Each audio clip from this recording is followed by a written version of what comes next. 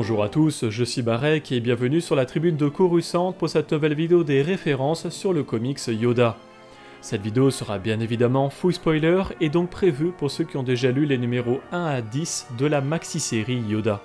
Le présent de l'histoire de cette série de comics se déroule peu de temps avant l'arrivée de Luke Skywalker sur Dagobah dans l'Empire contre-attaque. On y suit un vieux Yoda se remémorant des moments marquants de sa longue vie qui le font encore douter, même parfois des siècles plus tard. Dans le deuxième des 3 arcs narratifs de la série, on suit Yoda sortir de sa hutte et portant au cou un blisle, un petit instrument de musique en forme de tuyau que Yoda s'est lui-même fabriqué et qu'il porte autour du cou durant la trilogie originale. Yoda tente de fuir une voix qui lui parle à travers la Force et l'on pourrait d'abord penser qu'il s'agit de Qui-Gon Jinn qui s'était déjà adressé à Yoda uniquement par la voix dans The Clone Wars par exemple. Show yourself. Can you? I cannot. My training was incomplete. Mais il s'agit en réalité du padawan de Qui-Gon, Obi-Wan Kenobi. Ce dernier a commencé son entraînement pour devenir un fantôme de la Force quelques années auparavant, comme vu lors du final de la série Obi-Wan Kenobi. Obi-Wan finit par se manifester physiquement dans le numéro 9, ce qui explique d'ailleurs pourquoi Yoda n'est pas surpris d'entendre la voix d'Obi-Wan dans l'Empire contre-attaque lorsque ce dernier essaie de convaincre Yoda de former Luke. I cannot teach him. The boy has no patience. You will learn patience.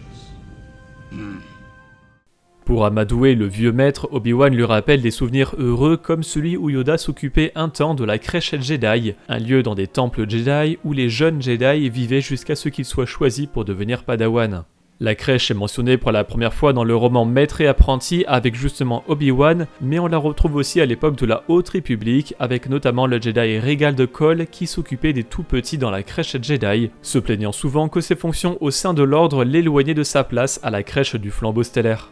Obi-Wan Kenobi mentionne aussi le nom de Bant Erin, une maître Jedi Mon Calamari présente dans le livre d'aventure Choose Your Destiny and Obi-Wan and Anakin Adventures, où les maîtres Erin et Windu ont organisé l'enlèvement de Yoda pour faire passer un test à Kenobi et Skywalker.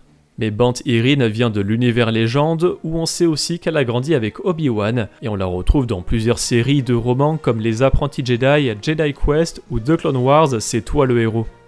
Yoda, sous les conseils d'Obi-Wan, finit par rentrer dans la caverne du mal, la même grotte où Yoda enverra Luke peu de temps après pour qu'il affronte sa peur de Dark Vador. Yoda y retrouve sa propre peur, c'est-à-dire les différents échecs de sa longue vie de mentorat, avec Dooku et Anakin Skywalker qui ont sombré dans le côté obscur, Keith Trennis abandonné par Yoda, les morts de Bail Organa, Padmé Amidala et Mace Windu, et surtout sa défaite face à Darth Sidious. Cette scène apporte ainsi encore plus de sens à la réplique de Yoda sur la peur qu'il énonce à Luke encore fougueux et ignorant. I'm not afraid. You will be. Durant cette vision, Yoda voit ainsi d'abord Dooku, un de ses anciens apprentis qui a quitté l'ordre Jedi et sombré dans le côté obscur. Le véritable moment où Dooku est devenu Dark Tyrannus coïncide avec les événements de la menace fantôme. En effet, à ce moment, Dooku, qui a déjà quitté l'ordre, a été approché par Darth Sidious et sous ses ordres efface les données du temple Jedi de Coruscant concernant la planète Kamino où le maître Jedi Sifo Dyas y a commandé une armée de clones pour la République. Mais après la mort de Qui-Gon Jinn, l'ancien apprenti de Dooku, la maître Jedi Yaddle soupçonne quelque chose de louche avec l'ancien Jedi et décide de le suivre, menant à la mort de cette dernière par Dooku commandé par Sidious comme épreuve du côté obscur. Et dans la série Yoda, c'est cette scène que nous retrouvons avec le cadavre de Yaddle et même les mains coupées de Dooku au moment de sa propre mort donnée par Anakin Skywalker dans la revanche des Sith. Yoda voit donc également Keith Trennis, une Jedi que nous découvrions padawan du maître Skir durant les événements des comics de la Haute République phase 1. Mais la Keith qui apparaît ici est dans sa version de la phase 3 qui se déroule un an après la première, où Keith est passé au rang de maître Jedi. Dans la vision de Yoda, il semblerait que Keith en veuille au Jedi suite à une incompréhension de ce dernier. L'événement qu'évoque Keith Trennis et que l'on devrait logiquement découvrir dans les prochaines œuvres de la Haute République est très probablement le départ de Keith de l'ordre Jedi. En effet, dans l'histoire de l'ordre, seuls 20 maîtres Jedi l'ont quitté pour des désaccords de principe. Ces 20 Jedi sont appelés les 20 égarés et des bustes à leur image sont exposés dans la bibliothèque du temple Jedi de Coruscant, comme celui de Dooku qui est décrit par Joka Stanu dans une scène coupée de l'attaque des clones. Ah, he has a very powerful face, doesn't he? He was one of the most brilliant Jedi I've had the privilege of knowing. L'audiodrama Dooku Jedi Lost a un peu plus abordé cette question des 20 égarés en mentionnant notamment le nom de Trennis parmi ses maîtres Jedi. Aucun lien encore concret n'a été fait avec Keeve Trennis, mais entre cette scène de la série de comics Yoda et le fait que Keeve soit maître durant la phase 3 de la Haute République, ça fait plusieurs indices pour supposer qu'elle finira par quitter l'Ordre Jedi.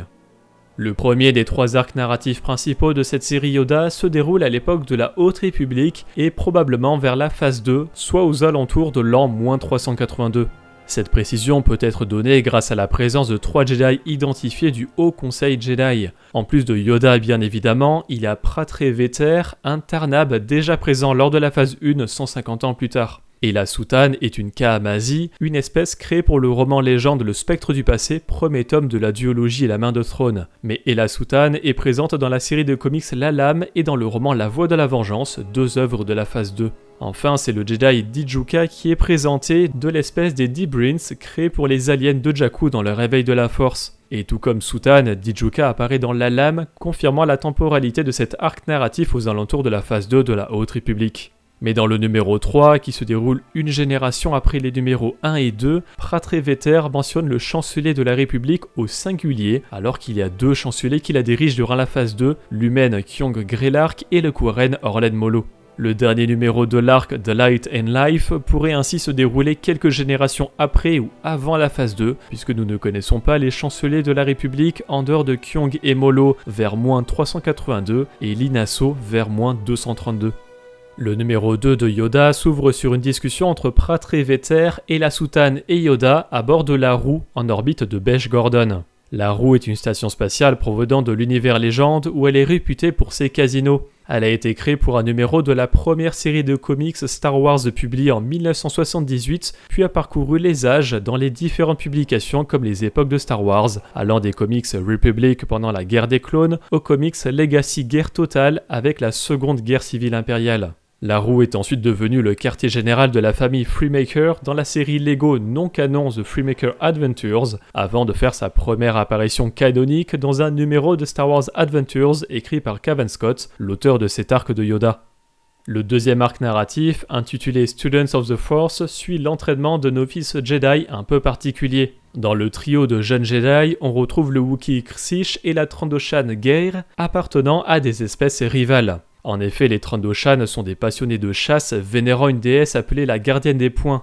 Une des proies favorites des Trandoshan sont les Wookiees, une espèce vivant sur la planète Kashyyyk dans le même système que leur planète natale Trandosha. C'est suite aux chasses incessantes des Wookiees par les Trandoshan qu'une rivalité millénaire s'est installée entre les 2 espèces.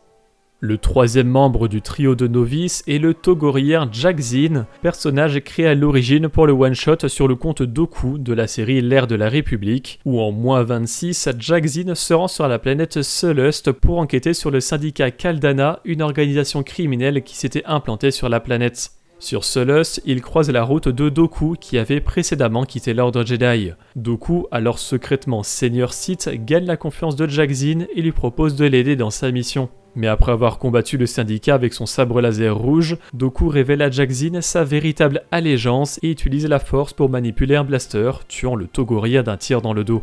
Assez ironique de voir Jack Zin novice au temple recevoir une leçon de Dooku connaissant leur avenir commun.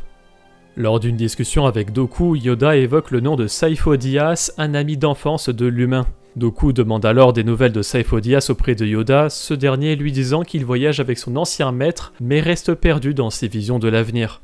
L'ancien maître de Sifo Dyas est l'aînée Kostana, une Jedi dont l'histoire est développée dans l'audiodrama Dooku Jedi Lost. Dans cette histoire, Kostana prend comme padawan Sifo Dyas, mais Dooku reste avec le duo comme une sorte de padawan non officiel. L'idée que Dooku n'ait pas été entraîné que par Yoda vient du fait que l'inspiration de l'aîné Kostana est Seim Cerulean, le second maître Jedi de Dooku dans l'univers légende. Intrigué par l'idée qu'un padawan ait 2 mentors Jedi, mais ne voulant pas nécessairement recanoniser Cerulean, Cavan Scott, l'auteur de Dooku Jedi Lost, a créé Kostana pour explorer l'histoire de Dooku différemment que dans sa version légende, et a pensé que Dooku devrait avoir besoin d'un autre mentor en raison de l'indisponibilité habituelle de Yoda, un mentor qui pourrait l'amener à prendre un chemin sombre. Et la mention des visions de l'avenir à propos de Sifo Dyas fait évidemment penser aux visions prophétiques de la guerre des clones et de l'Empire galactique qu'a eu Sifo Dyas, le poussant à commander une armée de clones kaminoïns pour la République avant qu'il ne soit trahi par Dooku, devenu Dark Tyrannus.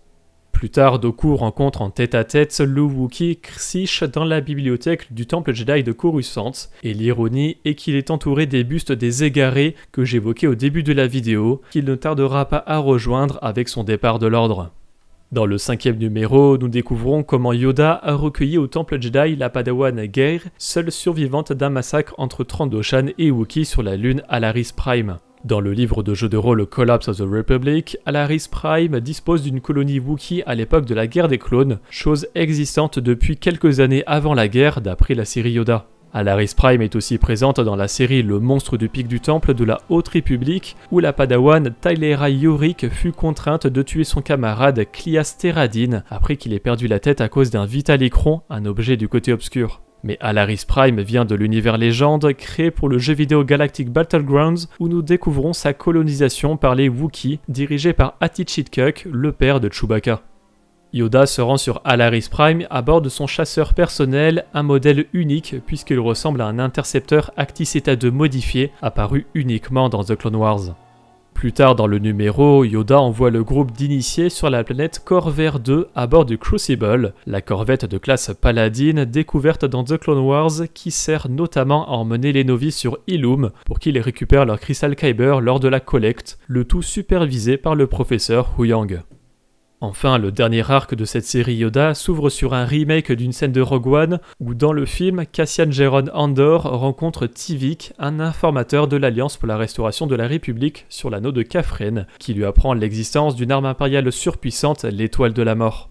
Ici, c'est Yoda qui vient chercher des informations sur les séparatistes dans une ruelle de l'anneau de Kafren auprès de l'espion nommé Anthem, qui lui parle de l'opération Titan, visant à créer une arme capable de changer le cours de la guerre des clones. En complément de cette vidéo, je vous invite à aller voir ou revoir notre critique en live sur Yoda, disponible sur notre chaîne secondaire. Merci d'avoir regardé cette vidéo, j'espère qu'elle vous a plu. Si c'est le cas, n'hésitez pas à laisser un like, à la partager et à vous abonner en activant les notifications si vous ne voulez pas rater les prochaines vidéos de la Tribune de Coruscant.